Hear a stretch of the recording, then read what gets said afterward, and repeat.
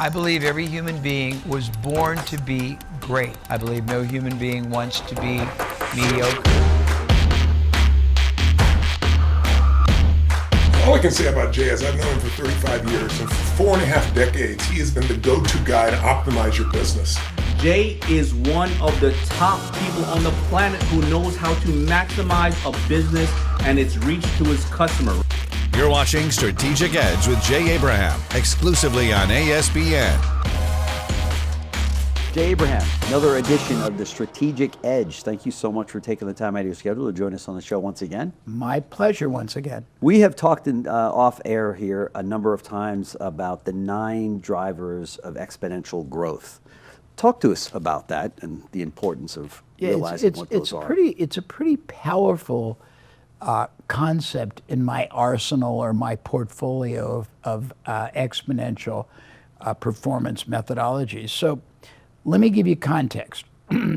After I realized that you could work on what I call the geometry of a business, and you could operate in the exponential zone and not the incremental zone, I was obsessed and I became driven on a mission to uncover and understand every facet of exponential upside leverage I could identify that had almost no downside risk. And I was been pursuing it for the better part of my whole career, and I have a lot of different distinctions, but I always wanted to know what's the least amount of effort, shift, change that you could make that would produce the maximum amount of positive difference.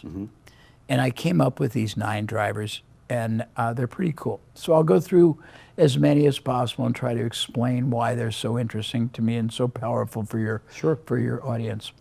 So the first is strategy.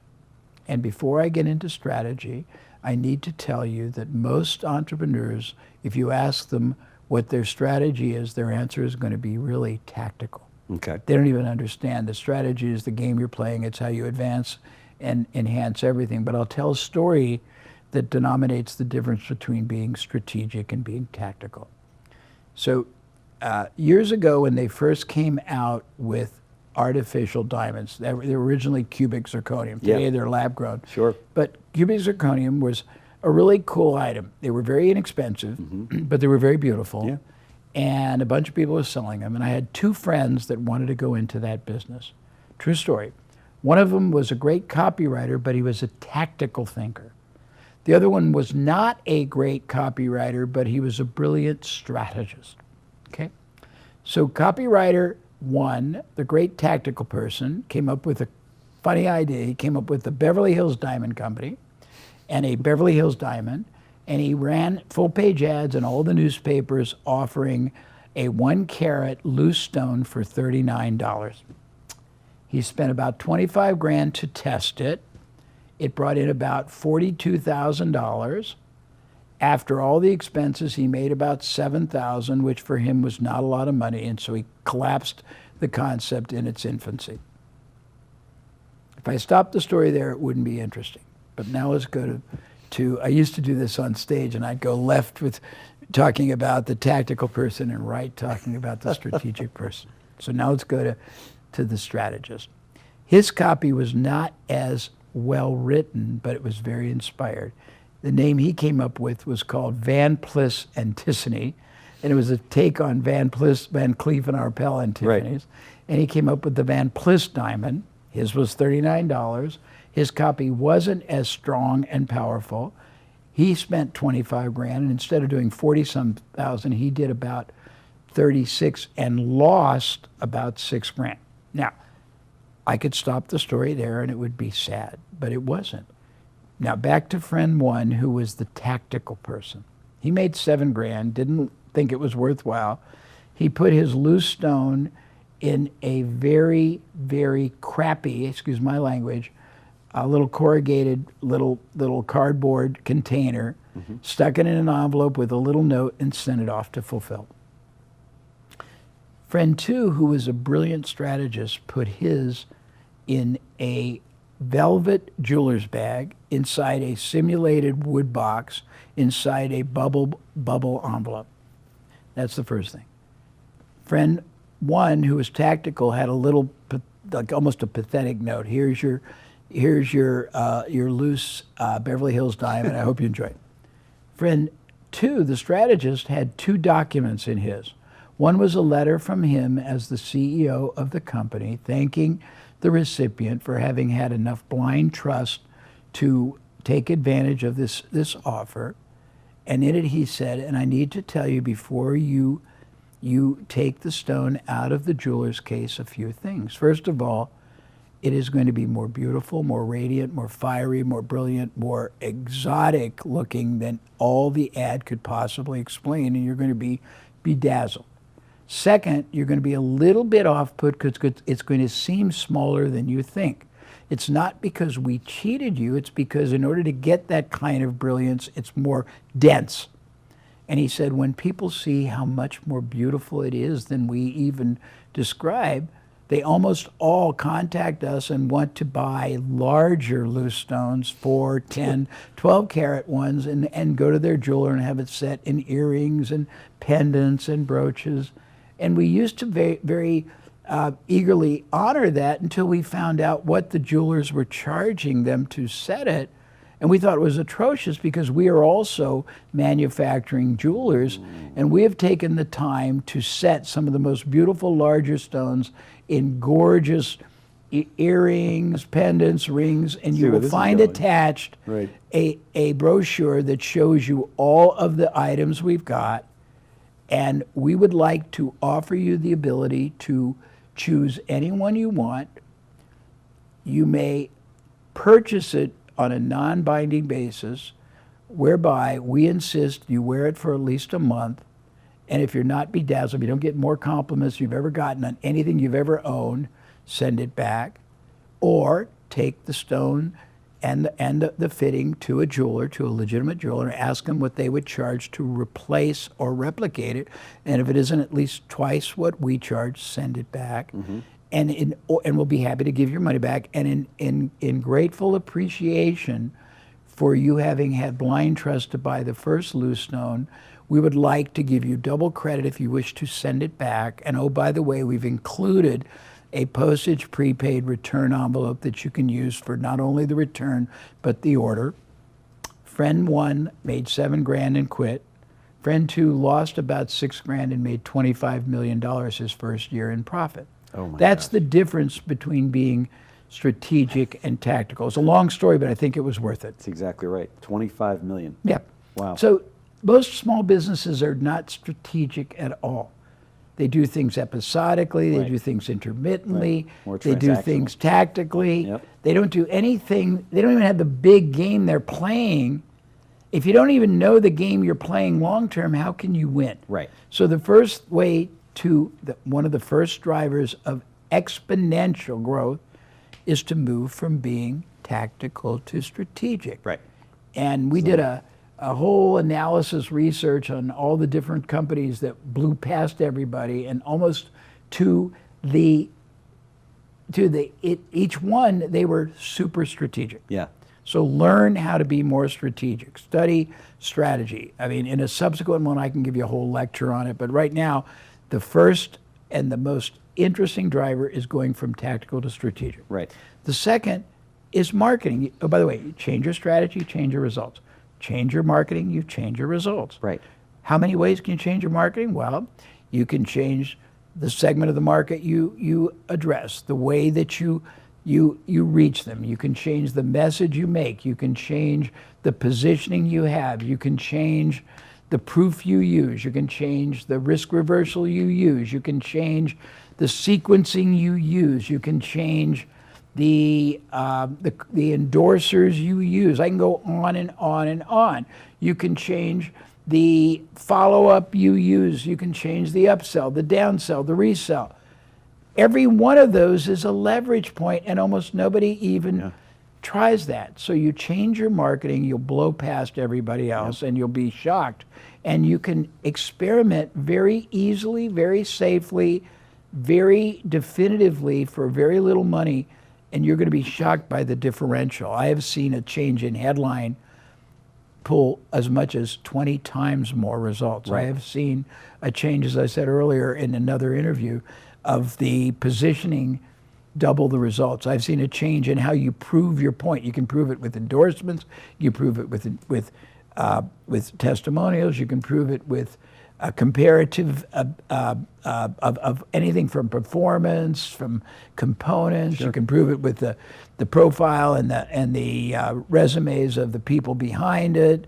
The patents, any you want. But so the key is to be trying these different things rather than saying, no, I ran an ad and it didn't work because I lost $7,000 on a diamond. I mean, obviously in that illustration, but there's a lot of business people that fall into that category of the first one. Remember I was talking in either this or another one about what I said, super logic. Mm-hmm. So if you say, okay, I've got a buyer, mm-hmm. what else should I do now that I have their at least partial trust? Mm-hmm. What other ways can I ethically and meaningfully monetize that freeze frame relationship? And most people don't.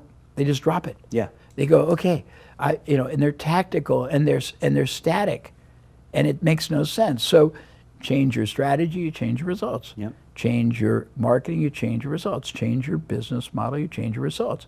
If your business model is we're going to sell one thing and that's it, we're never going to sell anything else, we're never going to find any ancillary or utility value, that's right. One thing. If you say we're never going to have an entry-level product or a no-cost way to start more people in a relationship, that's it. If you say we're never going to add anything else to the sale to double or triple our profit, your business model is going to define a lot of things. And there are many business model changes that are easy to verify, validate, and test that can double, redouble again. That's right. The whole trajectory, the success trajectory and the bottom line of your business. So change your strategy, change your results, change your marketing, change your results, your business model. Then you change your distribution channels. That can mean partnering. That can mean if you basically do nothing and you get your business by word of mouth, having referral strategies. It can mean if you don't have a sales force, have a sales force, whether it's captive, whether it's salary, it means if you don't have webinars, you test webinars. Sure. If you don't have online, you test online. If you don't do lunch and learns, you do that. Social media. Yeah, I mean, and what I'm all about, which maybe isn't evident, you have within your power a force and source of unimaginable, I call it multiplicative exponential growth, bringing all these multipliers together. Mm-hmm. And each one you can increase just a little, and the combined effect is unimaginable. It's like I was talking, if anybody watched the session we did where we talked about the 3 ways to grow a business, right. A mere 10% in 3 categories is 33%. Yeah, it's amazing. But it's also could double profit if it's a marginal business. Mm-hmm. Doubling is 800%. Well, that's only one little area of upside geometric leverage. There are, as I will share in subsequent episodes, there you have 97 categories, not just singular, but each category might have 10 leverage points. It is near infinite. And each addition, it just multiplies and multiplies and multiplies.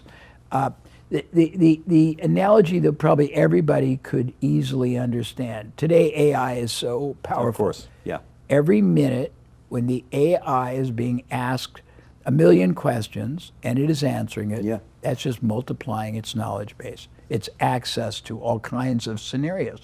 Well, in your business, you really have 97 potential categories of upside exponential performance enhancement. Mm-hmm. Are you going to do 97? Probably not. Yeah. Just like you're not going to do 125 referral strategies. But if you do none, that's right. And you add 3 or 4 or 5, and they're the safest and the easiest. That's right.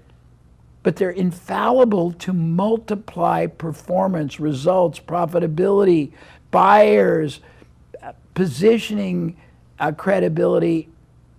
Over time, it's just amazing. If you add one more every week, month, quarter, year, and it took you this long to get to where you are, but what if you can double, redouble, and what if you can keep going, and not just going, but growing beyond normalcy every year? Even when you've got brutal theoretical competition. See, I believe there's tons of generic competition but there's very little viable competition when you think differently.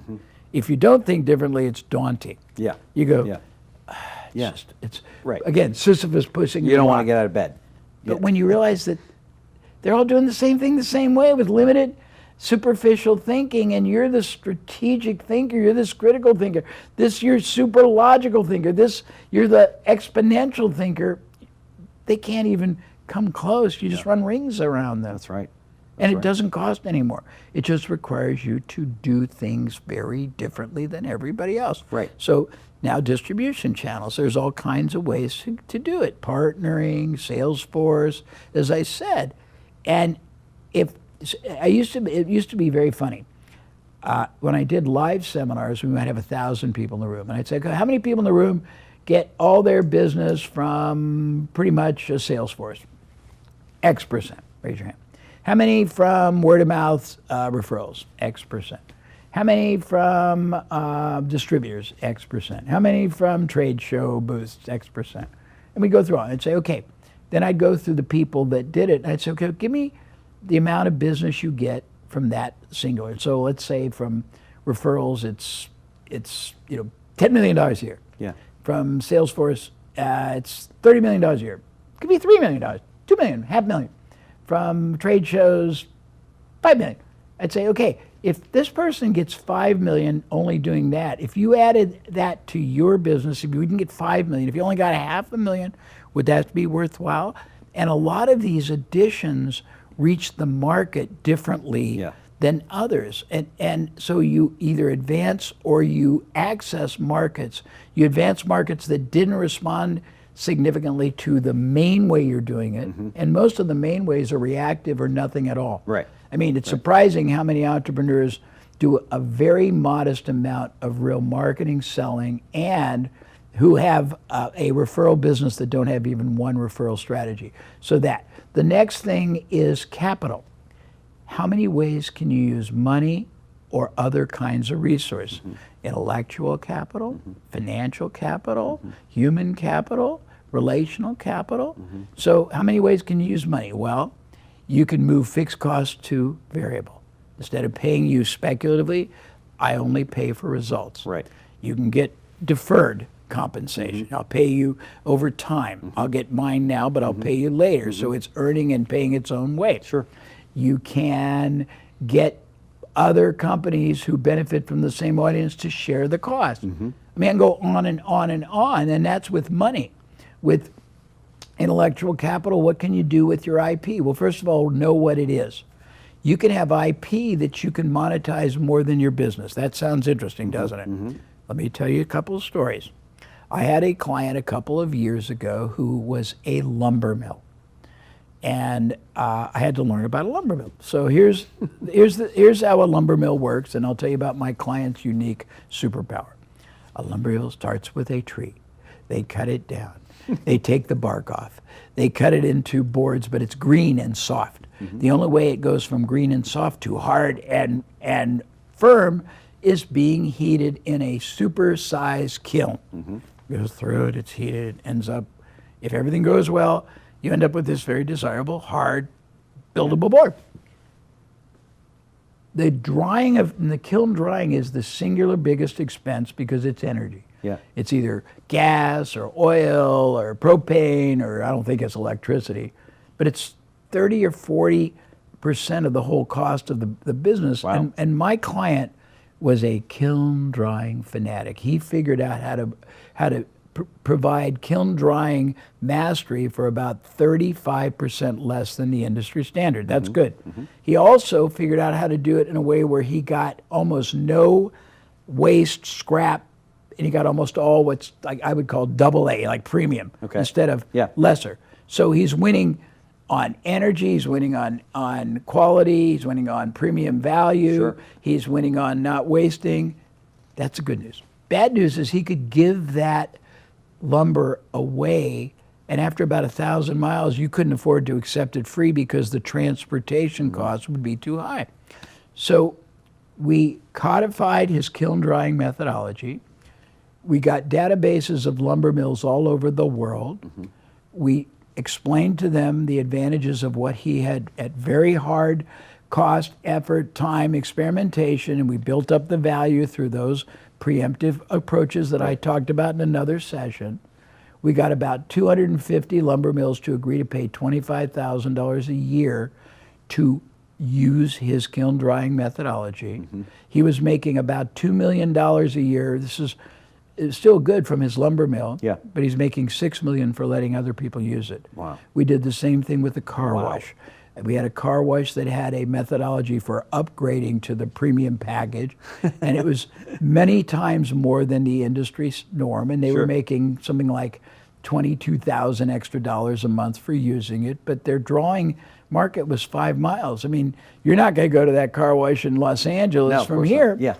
So we drew a circle around whatever it was, 5, 6, 7 miles, and we went to every other car wash in the country. We got $2,000 to pay $100 a month to use the upgrade. Wow. So he's making $22,000 using it and $200,000. Yep. So I'm just saying there's so many different ways. If you have a business and you are more successful than 51% of the companies or the businesses you compete against, there's always a driver. Right. This is a derivative. It's not the same driver I'm talking about. There's a driver. It could be how you manage inventory, how you manage cash, how you sell, it doesn't matter. If you don't know what it is, you need to know what it is, and then you need to quantify what it's worth. And then if you're not in a national or international market, you can basically license, sell it, as revenue share with anybody else. Right. And even if you are all over, if there's a related non-competitive industry, like as I said, you're a HVAC distributor and I'm a electrical supply, you can leverage it there, but there's all these hidden assets. Right. That's sort of interesting, don't you think? There's no question about it. The next one is relationships. You have to look within your audience. Almost always, your product, service, business appeals to segments of a market you'd never realize you resonate with. Maybe for some reason there's something about your product, service that tennis players or pickleball players or people who drive exotic sports cars or triathletes or nursing mothers. When you figure that out, then it uncovers a market you can concentrate on. But that's one thing. Also, you can basically use other relationships. If you go back to one of our segments about being preeminent, and multiplying and not diminishing and building an incredible preemptive connection with your supplier, you can get a lot more from them. I have had clients that wanted to penetrate new markets, and we've gone to suppliers and said, if you'll finance our sales force, or if you'll finance our marketing, or if you'll finance our trade shows to that market, we will give you all the revenue that comes from that. And we've gotten them to fund all up. So it's a different way. I can go on and on, but this is the genesis of this. The last one is the critical. It's ideology. Okay. If you don't believe this to be true, then it isn't. Right. If you don't believe that you can change your strategy and double, triple your business, then you're right. If you don't believe you can change your marketing and multiply dramatically the results, you're right. If you don't believe that you could possibly use capital any differently or distribution. So it's all belief. It's all Tony Robbins says it. 80% is psychology. And if you don't know what your business worldview is, if you don't know what your mental models are, if you don't know, Jim, what you stand for and what you really believe and why, and how that belief is driving your actions, and you don't question the assumptions, and I'll give you a derivative here. So you and I have talked a couple times. Every year I do a full day with Tony Robbins. And we do it with this very high-end group. There's two combined groups. One pays $85,000 a year, one pays $150,000, so they're very high-end. And they come for a day and they pose questions, problems, challenges, opportunities to us, and together we go back and forth. He'll answer it, I'll answer it. Sometimes we're the same answer, sometimes different. Because he's a much more vibrant and dominating force, he normally answers first, which I let. And he'll come up with his answer, and it's usually very profound, semicolon, however, comma. When it's my turn, I say, well, before I answer, I want to verify 2 different assumptions. And I said, the reason is if the assumptions are wrong, everything that flows from the assumption is wrong. Yeah. So assumption 1 is, what is the assumption they are basing their question, their issue on? Yeah. What is the reality they are using to found that question? Right. Number 2, what is the assumption we are hearing? Because if we're not hearing what they're saying, if they're basing their question on something that's false, everything else we say is useless. That's a good point. Very And good most point. people Yeah. don't question the assumptions Yeah. they've built all their premises on. Yep. You all have hypothesis. You're driving. It's driving you. Yeah. But if you don't question it and say, if your belief is I'm going to follow the herd and do everything the same way everyone else, because there's no because everyone does it. That's not the reason. The reason is because it's suboptimal. Yeah. It is very rarely the highest and best way to do it. Right. If you're going to say, well, I can't possibly do all these experiments because it would take time, and then I would say, okay, well, reminds me, I'm ADD, but it reminds me of a friend, and you've heard this story, but it's a true story. I have a friend that always wanted to be an attorney. Mm-hmm. And he was lamenting one time that he really wished he'd done it, and he was about 50. And I said, well, why don't you do it now? He goes, well, I'm 50. I said, yeah, but if you're going to live to be 80, That's right. 5-6 years from now, you'll be an attorney. Right. And people don't understand, I can't do it. Why? If you're going to be in this business theoretically for years or Right. for forever until you die or sell it, why wouldn't you want to start shifting and commanding and demanding a lot more yield and a lot more control and a lot more certainty and a lot more value out of what you do, who you do it for, where Sure. you do it? That's exactly It's a right. very interesting question. There's no question about it. And that individual, for those that say, well, in 4 years, I'm going to be 54. Well, how old are you going to be in 4 years if you don't do it? Yeah, same thing. You're still going to be 54. And how much are you going to make? That's And how right. much is That's your right. business going to be worth? And how much are you going to? How's your net worth going to grow That's or, right. or diminish? That's Yeah. where multiply and diminish comes That's in. right. If you don't do any of them, if you do one of them, Yeah. I mean, people go, well, I can't do them all. Well, you can do them all if you do them one at a time. Right. And people say, well, how can I do all these? I say, here's how you do it. You first of all take all the things J. Abraham ever stands for and teaches. You put them on a board, or you put them on your computer, you put them on your pad. And then you identify the highest and best, the easiest, fastest, safest to Yep. do, not the ones that are going to make you the most money, but the Right. ones that'll be the easiest win. Why do you want to Right. win? Because when you have a win, it reinforces 2 things. Right. My viability, my Sure, veracity, sure, that my, sure. my methods really right. work, Validates and it, your yeah. ability to work them. Yeah. And that gives you the certainty, the confidence, and the momentum to do the next, and the Right. next, and the next. Right. So I'll tell you one more story, and it's got metaphoric examples. You've probably, maybe not, but if you lived around Long Beach or you lived in any place that has big freighters coming in, you've probably seen a freighter being pulled in and pushed out by a tugboat. Right. Well, let's take a look at a phenomena. A freighter can be 20 stories high. Yeah. A tugboat is maybe 3/4 of 1 story high. Right. So the freighter is being pulled by ropes tied to the bow that are sometimes that Yeah, big. they're incredible. So Right. a rope that's that big probably weighs Oh. maybe 50 or 100 pounds per this. Yeah. So you've got this, not hundreds, probably thousands of feet of very heavy rope weighing probably 10,000 pounds Yeah. that somehow got over the hull of this 20-foot freighter. How do they do that? Yeah. Do you know? No. Would you like to? Yes. Because it's metaphorically, it reinforces and it denominates and it really makes my point. So what it is the tugboat has a gun, not unlike the gun that they would shoot T-shirts at a sporting event. Right. And they shoot over the bow a gossamer thin little cord. Attached to that is a slightly larger cord. Attached to that is a slightly larger cord. Attached to that is a slightly larger, and only by doing that are they able to get this massive one over the bow. And that should be a metaphor for you. You don't have to go, for the $1 trillion hit first. That's right. What you have to go for is a break in your pattern. Right. A break that validates, a break that proves there really is a better way, there really is a faster way, there really is a safer way, there really is a higher and better way. And when you start doing it and you see meaningful results, and meaningful results can be a 10% improvement. Of course.